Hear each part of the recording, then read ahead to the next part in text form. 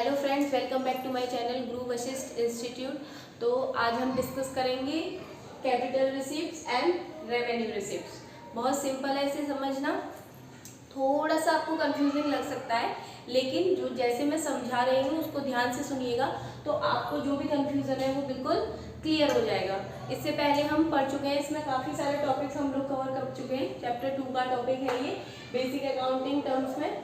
तो last videos में हमने लाइबिलिटीज और असेट्स को डिस्कस किया था। ठीक है, आज हम डिस्कस करेंगे capital receipts and revenue receipts.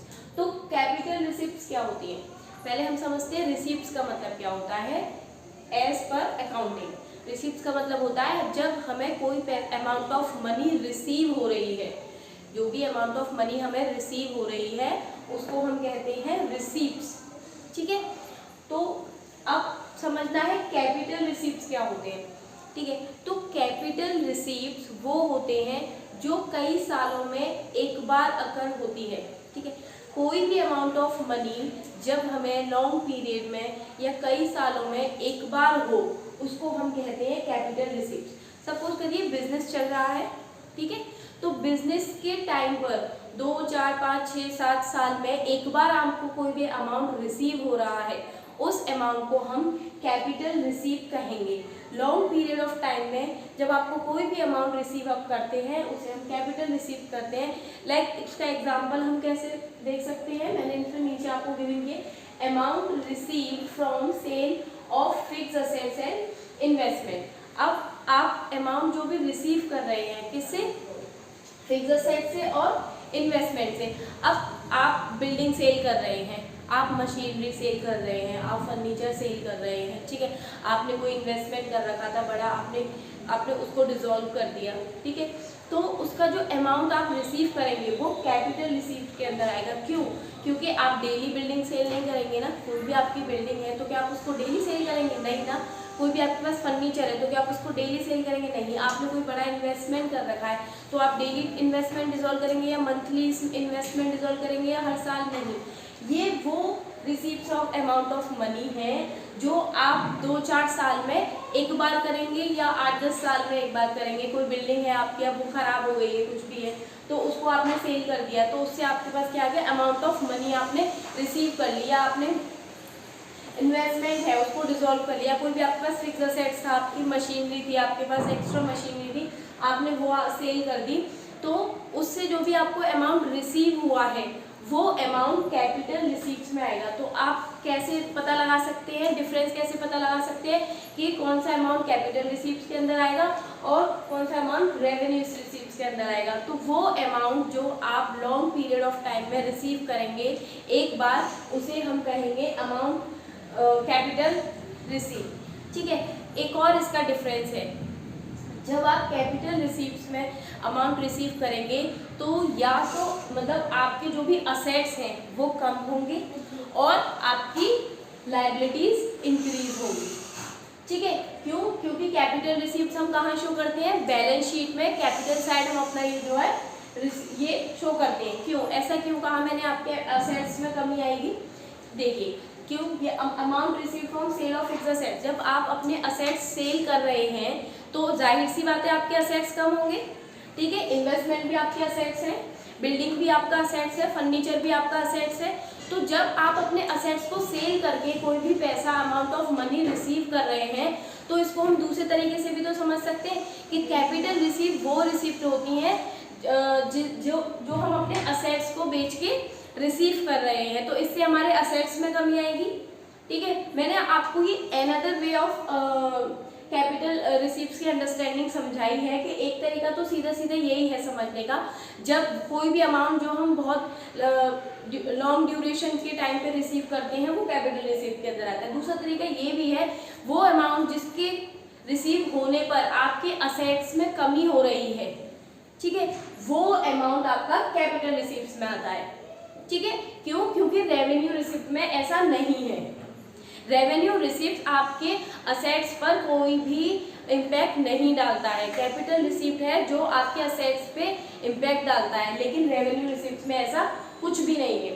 ठीक है, इसका एक और एग्जांपल देख सकते हैं, amount received by way of loans. अब आपने लोन लिया है, आप डेली डेली लोन नहीं लेंगे ना, कभी आपको बहुत ज़रूरत पड़ गई 2-4 साल 5 साल में, बिजनेस में कोई अर्जेंसी हो गई तो आपने लोन ले लिया, तो वो जो लोन का अमाउंट आप रिसीव करेंगे, ठीक है, तो वो किस में आएगा, वो कैपिटल रिसीप्ट में आएगा। तो आपको समझ में आएगा जो सेंटेंस मैंने बोला था कि कैपिटल रिसीप्ट वो रिसीप्ट भी होती हैं जिनको रिसीव करते हैं आप, तो या तो आपके असेट्स में कमी आती है या आपकी लायबिलिटीज इंक्रीज होती है। अब आपने लोन लिया, तो लोन लिया तो क्या हुआ, ये आपकी लायबिलिटीज इंक्रीज हुई कि नहीं, क्यों, क्योंकि आपने लोन लिया है, उसको आपको रीपे भी करना पड़ेगा, तो ये क्या हो गया आपका। तो ये जो एग्जाम्पल है, जब आपने कैपिटल रिसीप्ट को रिसीव किया तो इस टाइम पे क्या हुआ, आपकी लायबिलिटीज इंक्रीज हो गई, और जब इस टाइम पे आपने कैपिटल रिसीप्ट को रिसीव किया तो इस टाइम पे क्या हुआ, आपके असेट्स में कमी आ गई। मैंने आपको इतनी इजी लैंग्वेज में समझाने की कोशिश की है कि कैपिटल रिसीप्ट्स क्या होती हैं, तो आई होप आपको समझ में आ गया होगा, ठीक है। अब हम समझते हैं रेवेन्यू रिसीप्ट्स क्या होते हैं, ठीक है, ये भी बहुत इजी है। रेवेन्यू रिसीप्ट वो रिसीप्ट्स होती हैं जो आप फ्रिक्वेंटली रिसीव करते रहते हैं। सपोज करिए आपको सैलरी मिल रही है, मैं एक एग्जांपल दे रही हूँ, बिजनेस के पॉइंट ऑफ व्यू से मैं देखिए, आप पर्सनल पॉइंट ऑफ व्यू से देखिए, अगर आपको सैलरी रिसीव हो रही है तो वो हर महीने रिसीव हो रही है, तो वो क्या है, वो रेवेन्यू रिसीप्ट्स के नेचर की है, ठीक है ना। अब कोई भी आइटम है, जैसे money obtain from sale of goods, अब आप प्रोडक्शन कर रहे हैं, ठीक है, आपका प्रोडक्शन है, आप पेन बनाते हैं, अब पेन बनाते हैं तो आप डेली भी उन्हें सेल कर सकते हैं, आपके प्रोडक्शन के बेसिस पे मंथली आप सेल कर रहे हैं या कुछ भी, जब क्योंकि आपके पास स्टॉक है तभी भी आप स्टॉक को सेल करेंगे, आपको पैसा रिसीव होगा। तो ये क्या हो रहा है, ये फ्रिक्वेंटली हो रहा है, ऐसा नहीं है कि 2-4 साल में एक बार आपने गुड्स को सेल किया है या 5-6 साल में एक बार गुड्स को सेल किया है, ये तो आप फ्रिक्वेंटली सेल कर रहे हैं, तो ये किसके अंदर आएगा, ये रेवेन्यू रिसीप्ट्स के अंदर आएगा। इसका कोई भी इम्पैक्ट आपके असेट्स और लायबिलिटीज पे नहीं पड़ता है, ठीक है, सिंपल है ये तो। नेक्स्ट है interest and dividend received on investment, ये भी फ्रिक्वेंटली होता है।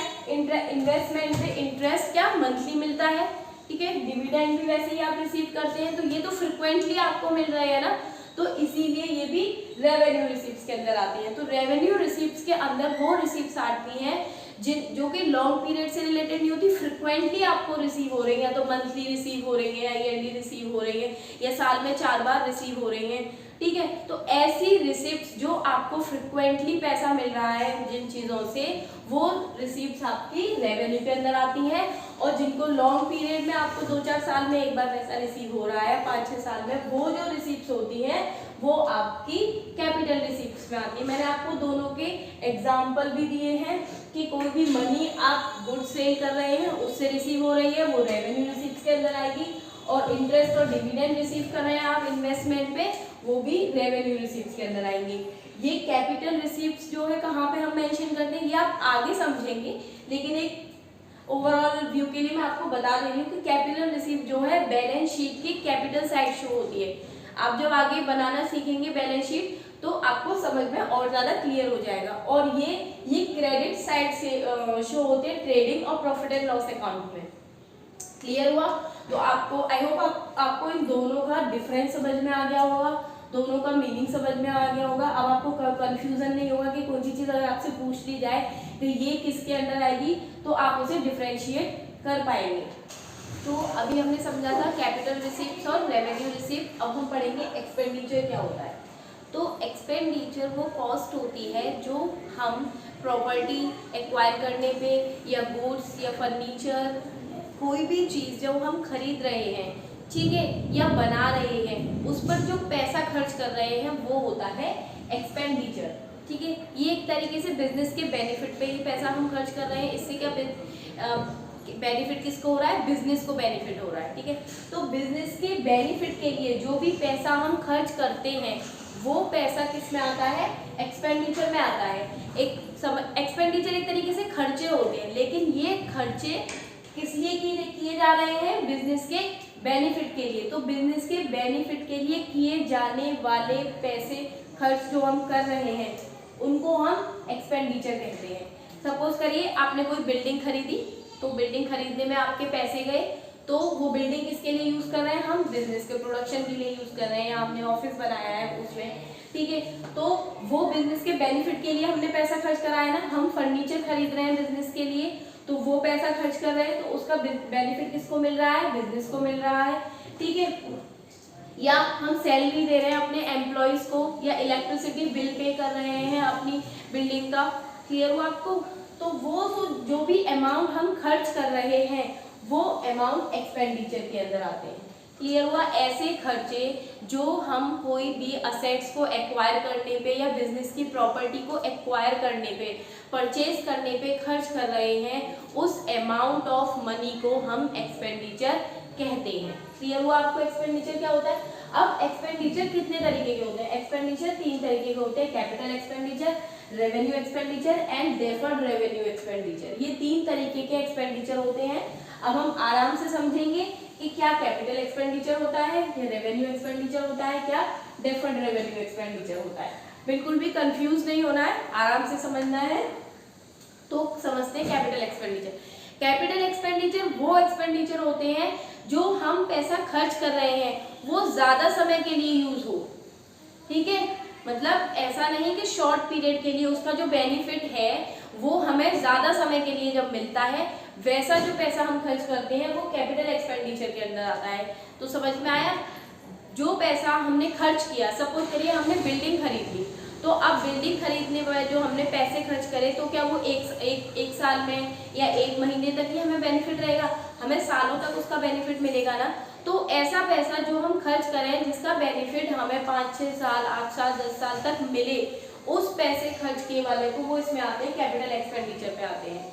वो पैसे किस में आते हैं, वो खर्चे किस में आते हैं, वो कैपिटल एक्सपेंडिचर में आते हैं, क्लियर हुआ। इसका दूसरा एग्जांपल ले सकते हैं, हमने फर्नीचर खरीदा है, ठीक है। तो फर्नीचर क्या 1 दिन में टूट जाएगा या 1 महीने ही चलेगा, वो हमारा 1 साल चलेगा, नहीं, वो भी हमारे लिए लॉन्ग पीरियड ऑफ टाइम के लिए यूजेबल रहेगा, बेनिफिशियल रहेगा, तो वो भी किस में आएगा, वो भी कैपिटल एक्सपेंडिचर में आएगा। तो इसके एग्जांपल्स लिख सकती हूँ यहाँ पे, ठीक है। परचेज ऑफ बिल्डिंग, ठीक है, furniture,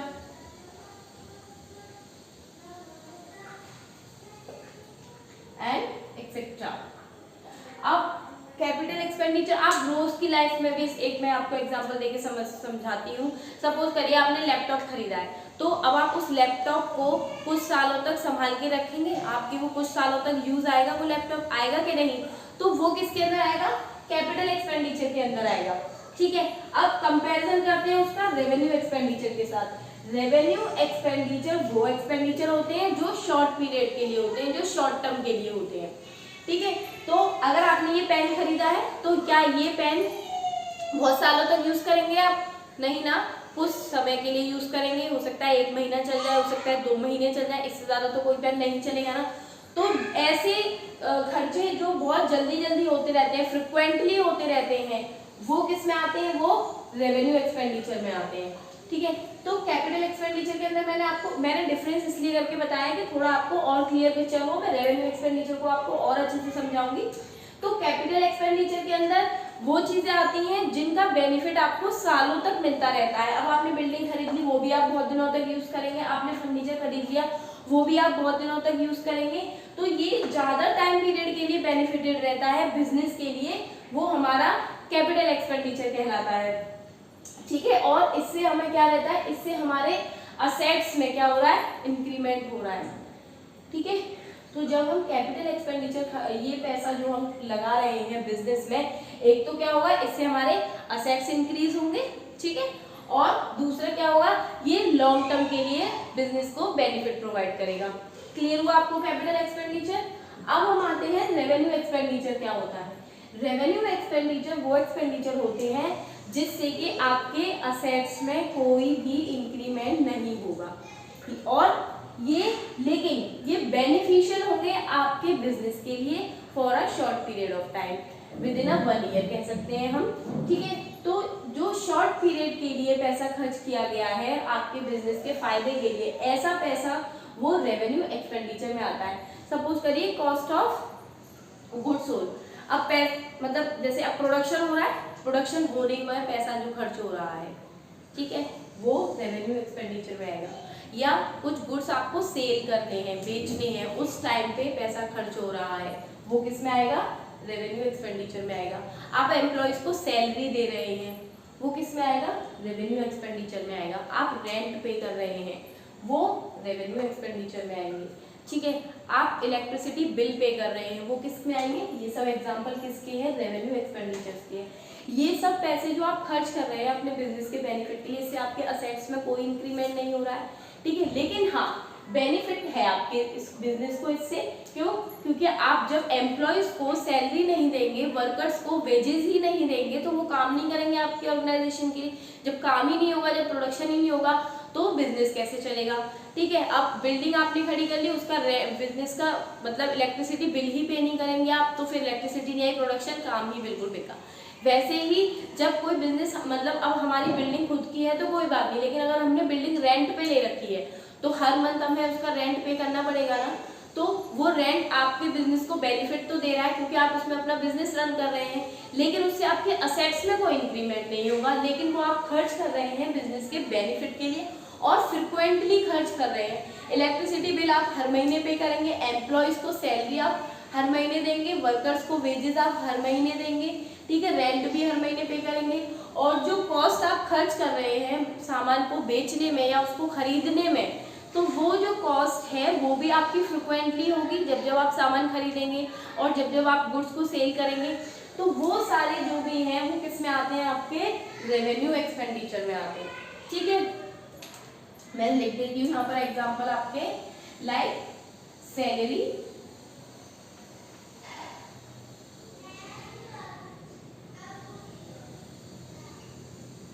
cost of goods sold, ठीक है, रेंट और एक्सेट्रा। ठीक है, तो क्लियर हो गया होगा आपको रेवेन्यू एक्सपेंडिचर क्या होते हैं, और रेवेन्यू एक्सपेंडिचर और कैपिटल एक्सपेंडिचर के बीच का डिफरेंस भी आपको समझ में आ गया होगा। ये जो एक्सपेंडिचर होते हैं इनका जो फायदा होता है वो बिजनेस को बहुत टाइम के लिए मिलता है, और ये जो एक्सपेंडिचर होते हैं इनका जो मतलब फायदा है वो बिजनेस को शॉर्ट पीरियड ऑफ टाइम के लिए रहता है। ये बार बार करने पड़ते हैं, ये कभी कभी होते हैं। ठीक है, और इनको होने से हमारे असेट्स में मतलब बढ़ोतरी होती है, इंक्रीमेंट होता है, और इसको करने से हमारे असेट्स में कोई भी इंक्रीमेंट नहीं होता है। ठीक है, आइए समझते हैं डेफर्ड रेवेन्यू एक्सपेंडिचर्स क्या होते हैं। डेफर्ड रेवेन्यू एक्सपेंडिचर जो है वो रेवेन्यू एक्सपेंडिचर के नेचर के होते हैं, लेकिन इनका जो फायदा है वो हमें कितना मिलता है? वो लॉन्ग पीरियड ऑफ टाइम के लिए मिलता है। आपने नॉमिनल और फिक्टिशियस असेट्स पढ़े थे।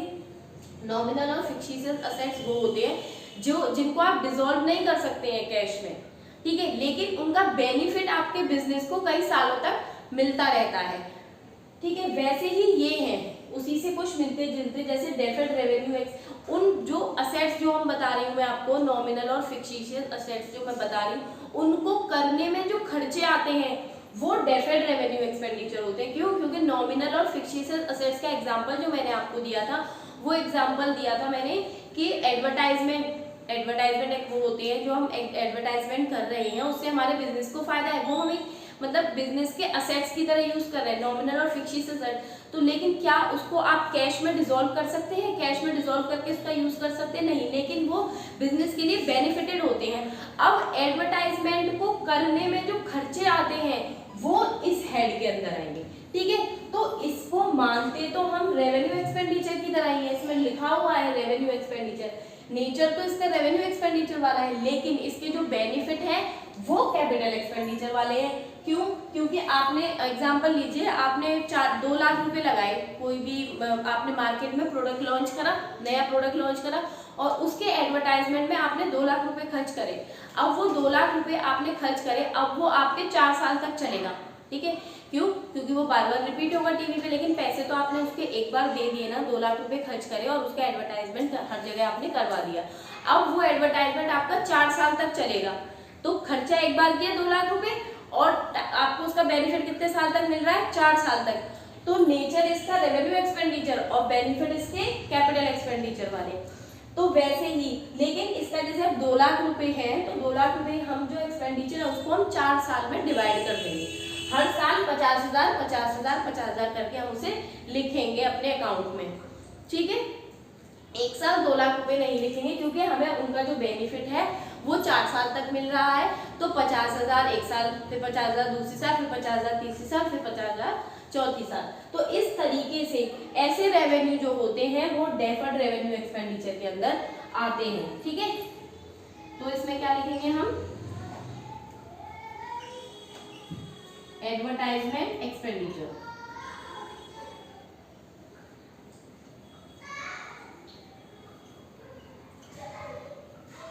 क्लियर हुआ आपको डेफर्ड रेवेन्यू एक्सपेंडिचर कौन से होते हैं? आई होप आपको ये बहुत अच्छे से समझ में आ गया होगा, क्योंकि मैंने बहुत ही इजी लैंग्वेज में एग्जांपल्स के साथ आपको समझाने की कोशिश करी है। अगर फिर भी कोई भी डाउट हो तो आप पूछ सकते हैं, मैं आपको फिर से एक्सप्लेन कर दूंगी। लेकिन बहुत ईजी है ये समझना। आप एक बार में समझ में ना आए, आप दोबारा वीडियो को देखिएगा, आराम से पढ़िएगा और थोड़ा सा मतलब समझने की कोशिश कीजिएगा। कंपैरिजन करके पढ़ेंगे तो और इजीली समझ में आएगा। इतना कोई टफ पॉइंट नहीं है ये, बस ये समझ लीजिए एक्सपेंडिचर वो खर्चे होते हैं जो कि हम बिजनेस के बेनिफिट के लिए खर्च करते हैं। ठीक है, इसी के साथ मैं ये सेशन खत्म करती हूँ, फिर मिलेंगे। Thank you, have a nice day. Please like, share and subscribe my channel.